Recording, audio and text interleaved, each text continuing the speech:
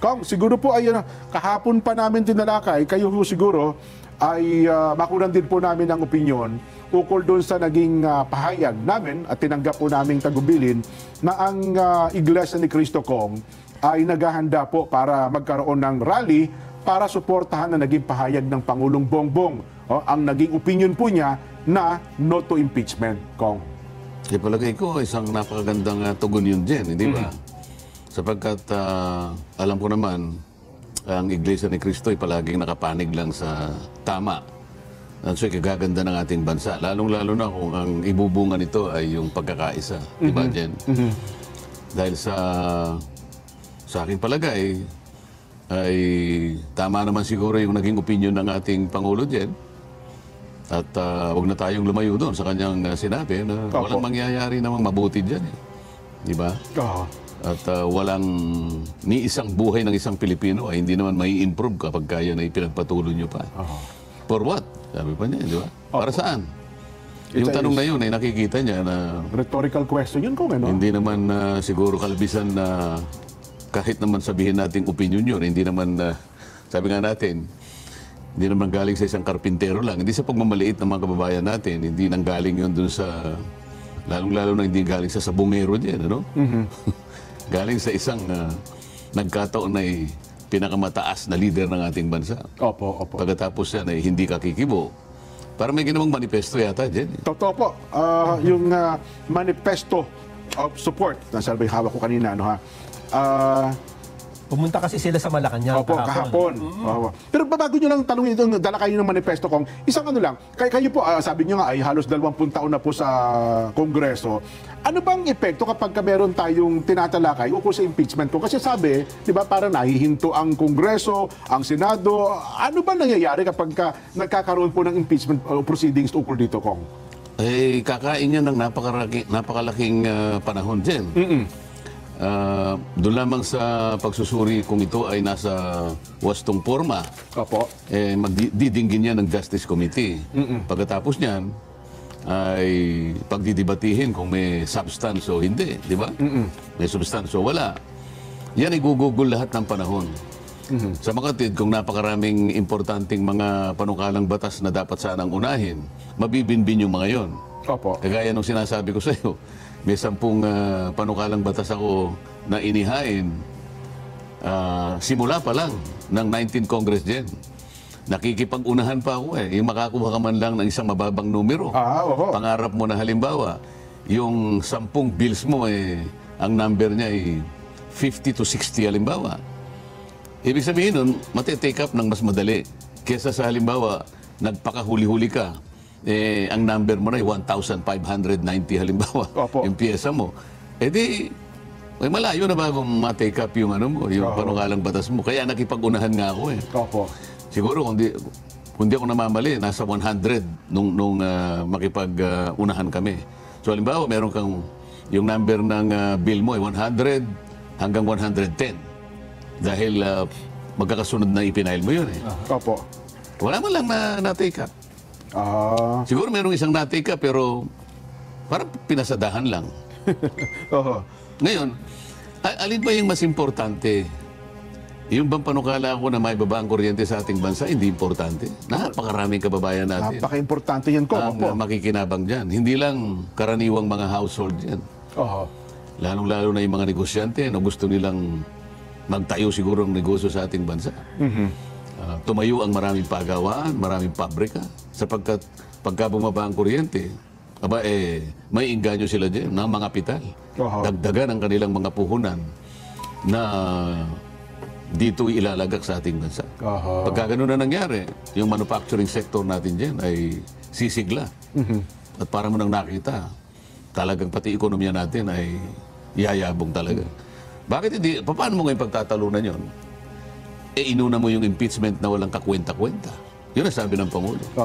Maliit na bagay na pinipilit ninyong palakihin. Ibig sabihin, talagang walang kakwenta-kwenta. Ginagawa mo lang may kwenta. So, maging sa Senado ko, ganyan din po mangyayari kasi sila ang tatay yung senator judges, di po ba? Tama. At hindi naman natin malalaman kung kailan matatapos yun sapagkat depende sa mga ebidensya na kanilang i-analisa, tatanggapin o pagdidibatihan. Ibig sabihin, yung panahon na iukol mo sa maraming problema at ika-re-resolve ng maraming problema ang kinaharap ng ating bansa, mabibimbin at bibigyan mo ng puwang. Iuuna mo pa ito. Ang gusto ko sana sabihin, kung halimbawa gumawa silang manifesto nang galing sila sa Malacanang, sinabi ba na, meron ba silang sinabi tungkol doon sa opinion ng Pangulo? Ito na ko, tama-tama, nabanggit niyo po yan. Ito po yung isang deklarasyon ng pagkakaisa, katapatan at paninindigan para sa pagtatanggol sa bayan. Pero nabasa nyo na siguro yung kabuuan yan. Yung kabuuan ko, hinahanap ko po yung punto ninyo at ayun din, actually, kami ni Nelson, yun din ang hinahanap namin kung meron ba silang pinahayag tungkol sa naging statement o opinion ng Pangulo. Sasagutin ko po sa inyo kung wala pong ganon. So, ibig mo sabihin, gumawa silang ng manifesto pagkatapos na ang Pangulo ay magpahayag ng kanyang opinion hinggil sa mga pangyayari na may kinalaman sa impeachment.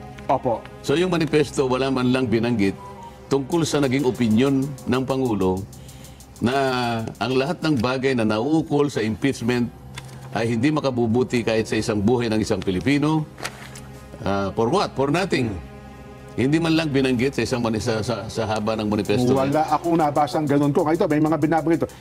Alinsunod sa konstitusyon, ipinapahayag namin ng mga sumusunod na prinsipyo at pangako. Una, ipagtatanggol ang Pangulo bilang simbolo ng soberenya ng bansa. Pangalawa, pagtataguyod sa paghahari ng batas at demokratikong pamamahala. Teka, yung muna, ipagtatanggol natin ang Pangulo bilang simbolo o soberenya ng bansa. O paano yung pangalawang Pangulo? Hindi mo ipagtatanggol? Oo nga, no? Dapat ang pangalawang Pangulo ay isang posisyon na nakalatag sa ating saligang batas. Ibig mo sabihin, ang igagalang mo lang at susundin ay yung Panguluhan, yung Pangulo. Yung pangalawang Pangulo na isinulat ang posisyon sa saligang batas. Ayun ay hindi mo igagalang. Hindi mo ipagtatanggol. Ito ko, may paliwanag Nelson, di ba? Teka muna, tatanungin mo muna. Tinatanong ko. Yung ba hindi mo igagalang at hindi mo ipagtatanggol? Baka sa paliwanag ko masagot. Ito pa, babasahin ko lang ko, baka masagot Ang sabi doon sa yung titulo na yon, ito nakapaloob. Ikinakalob ng konstitusyon ang kapangyarihang ehekutibo sa Pangulo at ginagawa siyang sagisag ng kagustuhan ng taong bayan at ng pagkakaisa ng bansa. Anumang banta laban sa Pangulo ay banta laban sa Republika. Mananatili kaming mapagbantay at matatag sa pagtitiyak ng kanyang kaligtasan at ng katatagan ng kanyang administrasyon. Hindi naman pinagbabantaan ng Pangulo dyan Opo. Ang pinagbabantaan, ang pinipilit nilang giyagasin. Ano ba? Ginigiyagis. Ginigiyagis. Opo. Ang gusto nilang durugin ay yung opisina ng pangalawang Pangulo. Bakit nilalayo nila ang usapan? Wala namang problema sa Panguluhan Wala namang problema sa opisina ng Pangulo. Wala namang impeachment sa Pangulo, tama? Tama po.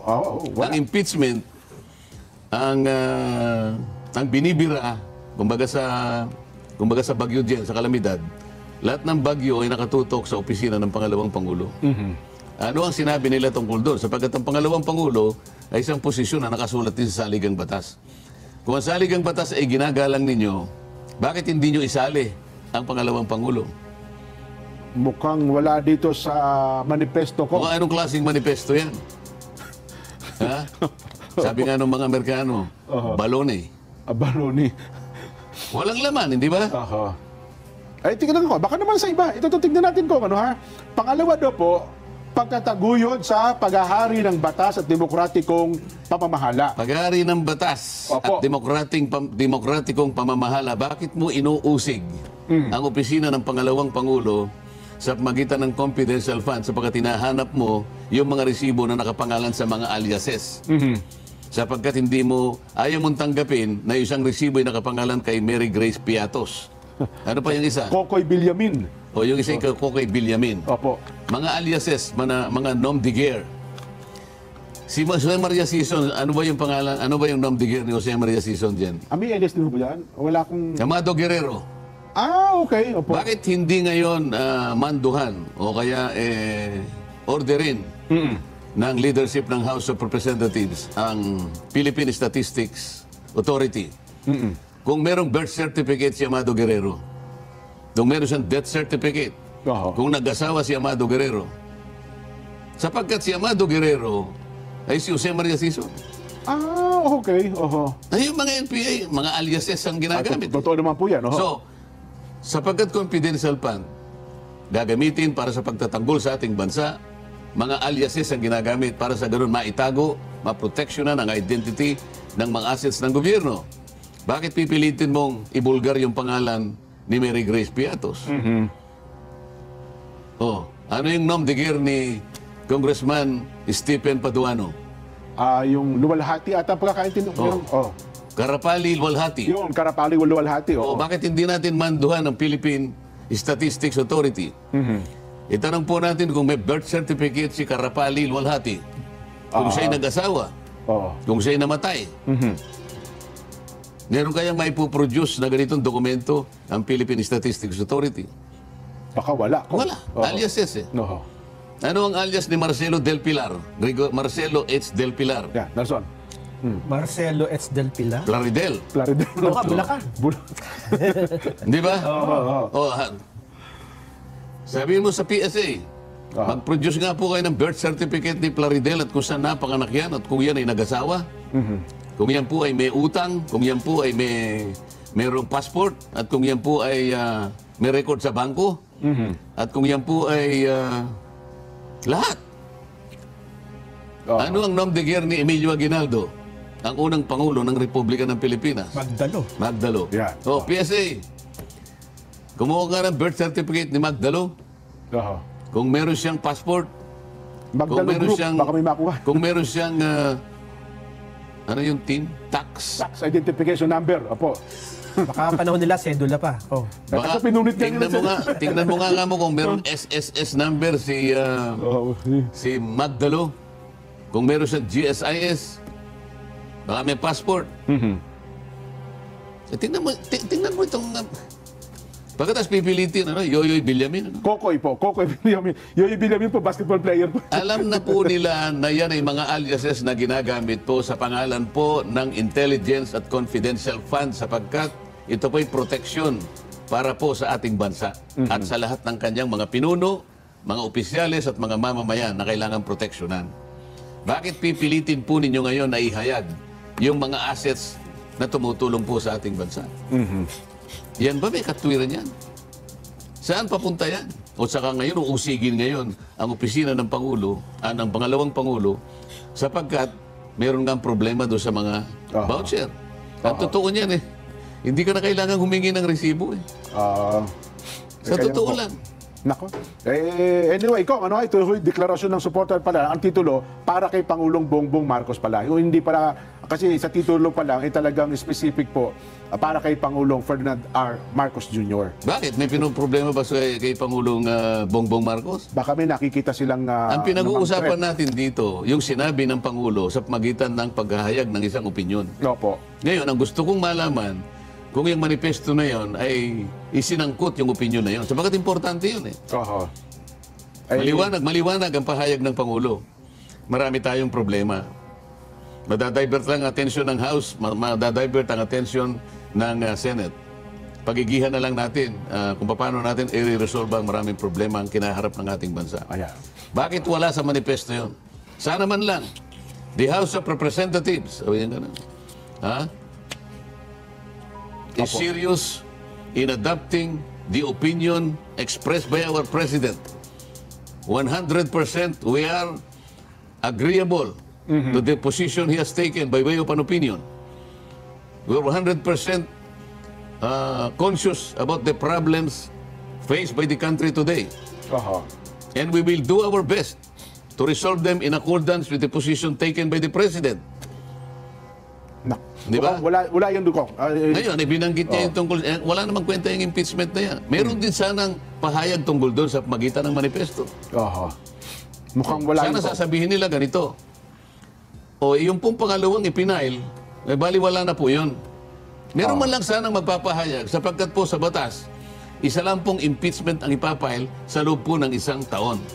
So yung pangalawa po, baliwala na yun. Para ngayon, yung mga tao, nalalaman nila kung ano yung posisyon ng House of Representatives. Yun naman pong una, palagay po namin, ay baliwala na rin po sapagkat sang-ayon po sa aming tuntunin, meron po kaming 10 araw, 10 session days para i-consider ito. Eh dahil po siyam na araw na lang po natitira sa amin, may palagay po kami na ito mababaliwala na lang. Dapat sana meron na silang mga naunang pahayag tungkol dyan. Kong, sabi ni Direk, higop lang daw ulit kayo ng kape ha. Meron tayong mga mahalagang parala. At binabati ko lamang nakatutok sa atin mula sa buong Zamboanga del Sur, ang Kuya Joe Salvador. Kuya Joe, kamusta po kayo? At long time no hear po. Ganon din po ang Kuya Abet Malate. Ayan. Ayan. Kung doon sa sinasabi nyo na walang tahasang sinabi, no, na suportado nila yung position ng Pangulong Bongbong na wag nang ituloy ang impeachment dahil wala namang kahihingan na tato, hindi naman makakatulong sa mga mamamayan. Eh dito ho sa isang bahagi ng manifesto, ewan ko lang kung dito ay sinasabi nila na o dapat ay sundan nila yung gusto ng Pangulo. Ito po kung kasi bagatapos nilang banggitin yung mga kung ano-anong bagay na nabasa na ni Jen, meron pa silang pangangako. Ito po, sa diwa ng konstitusyon, nangangako kami. Sa lahat ng pagkakataon, mananatili kaming nagkakaisa kasama si Pangulong Ferdinand Marcos Jr. sa pagtatuguyod at pagtatanggol sa konstitusyon.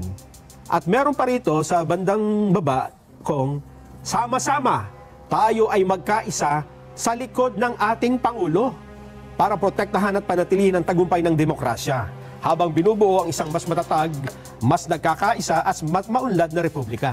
Hindi ba kung dahil sa ang sabi ng Pangulo, meron na siyang posisyon tungkol sa impeachment at kung sila ay talagang nagkakaisa sa likod ng Pangulo, eh dapat ganun din ang kanilang posisyon. Hindi po ba?